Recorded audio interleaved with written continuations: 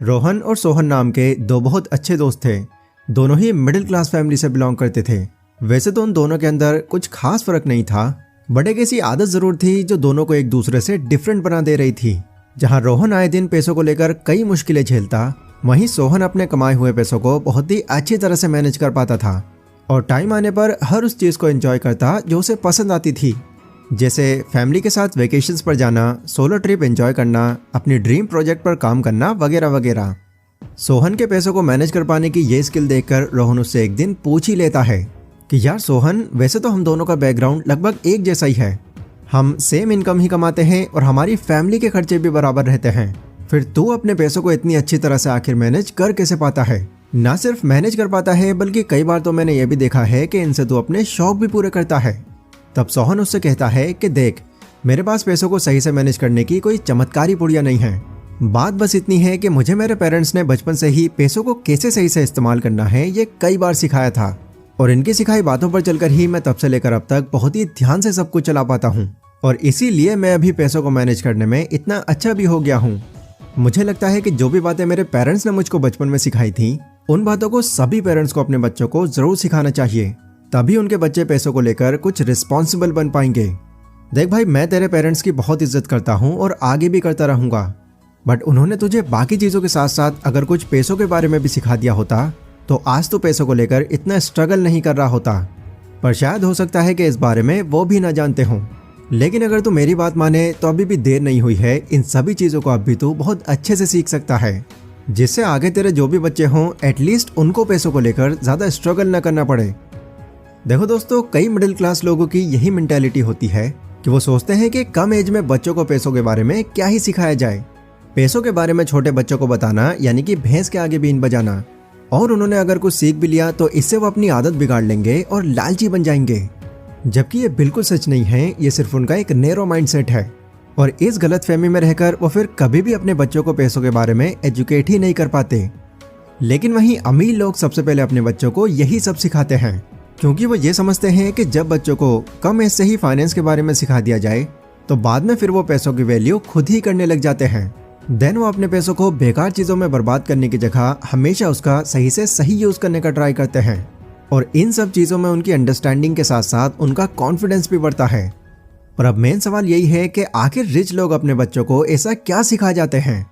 तो अगर आप भी ये सब जानना चाहते हैं तो आज की ये वीडियो इसी टॉपिक पर बेस्ड है, इसे बहुत ध्यान से देखना, क्योंकि यहाँ मैं आपको 5 ऐसी फाइनेंशियल एडवाइसेस देने वाला हूँ जो अमीर और कामयाब लोगों की तरफ से उनके बच्चों को मिलती है।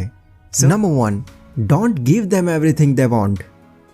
अक्सर पेरेंट्स अपने बच्चों को खुश देखने के लिए उनकी हर इच्छाएं पूरी कर देते हैं और किसी भी तरह की उनकी डिमांड हो वो सभी उन्हें ला कर देते हैं।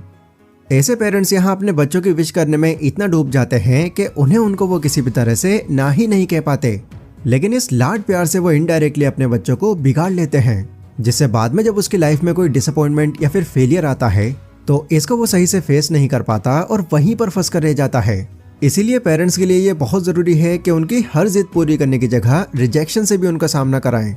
उनको ये फील होने दें कि उन्हें हमेशा वो चीज हर बार नहीं मिल सकती जो वो चाहते हैं। इसके अलावा हमारी लाइफ में पेशेंस की क्या इंपॉर्टेंस है, आपको ये भी उनको सिखाना जरूरी है, क्योंकि आगे चलकर हमारी लाइफ में कई ऐसे टास्क भी आते हैं जिन्हें पाने में बहुत टाइम लग जाता है और ऐसी चीजों के लिए हमेशा पेशेंस के साथ वेट करने के सिवा और कोई रास्ता नहीं होता। ये सब चीजें अगर आप एक छोटे बच्चे को पहले ही सिखा देंगे तो तभी से उनके माइंड में एक सेंस ऑफ स्कैरसिटी पैदा हो जाएगी एंड इससे वो हर चीज में जल्दबाजी करने की जगह थोड़ा पेशेंस से काम लेंगे। Number 2, give them good examples. Rohan Sohan से कहता है कि अक्सर बच्चे वही चीजें करते हैं जो वो अपने पेरेंट्स को करते हुए देखते हैं। तुमने देखा होगा कि बहुत से लोग ऐसे हैं जो अय्याश टाइप के होते हैं एंड अपने पैसों को वो ऐसे खर्च करते हैं कि मानो उनका ये पैसा कभी खत्म ही नहीं होने वाला। एंड अगर तुम उनके घर के बारे में छानबीन निकालोगे तो उनके घर में और भी तुमको ऐसे लोग मिलेंगे जो पैसों को हाथ का मेल समझते होंगे। लेकिन वहीं जिस घर के बड़े पैसों को लेकर बहुत ही हिसाब से चलते हैं, वहाँ बाकी भी उनकी देखा देख यही फॉलो करते हैं।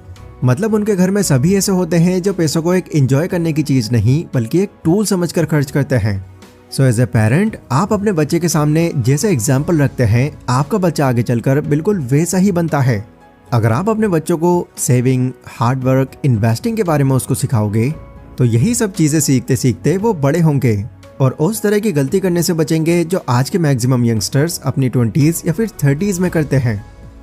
Number 3, don't impose your work to them.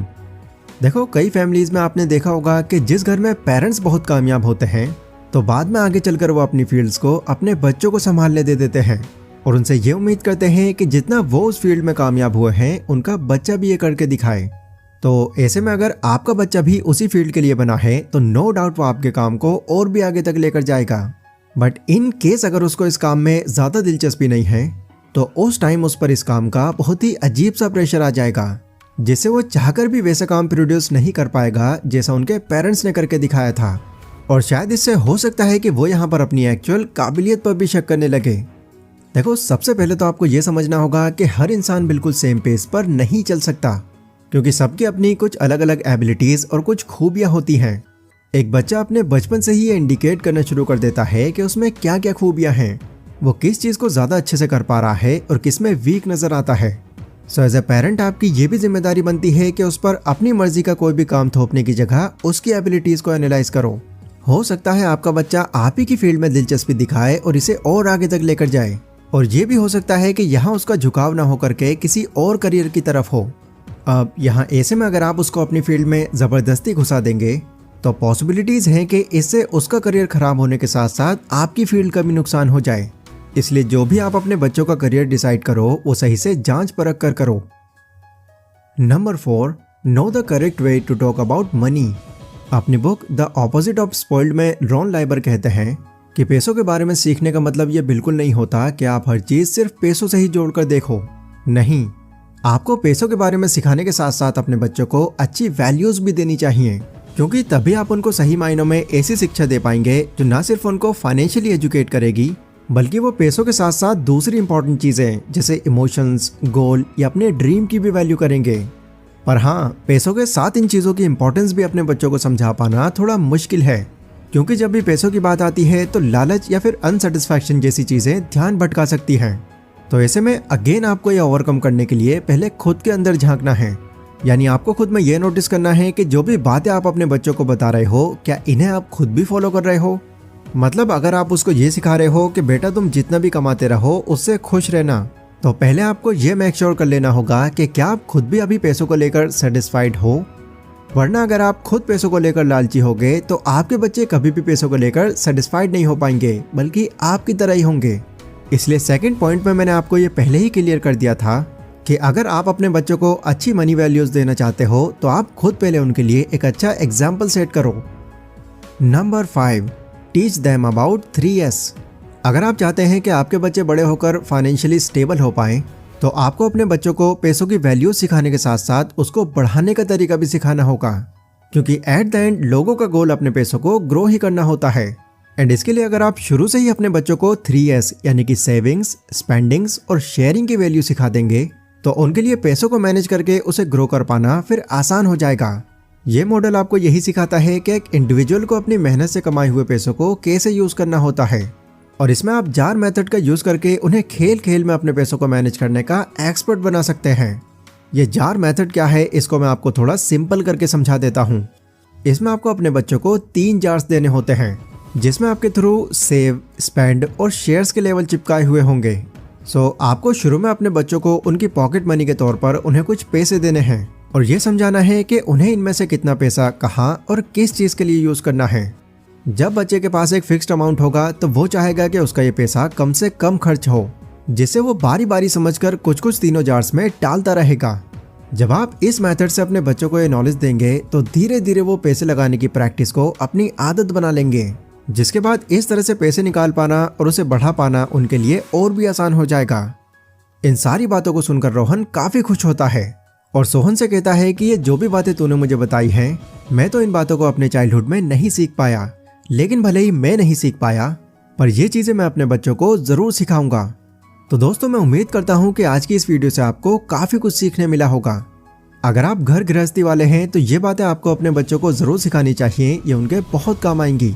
लेकिन अगर आप अभी यंग एज में हो तो ये सभी बातें आपके लिए अब भी मैटर करती हैं, इनको कंसीडर करना।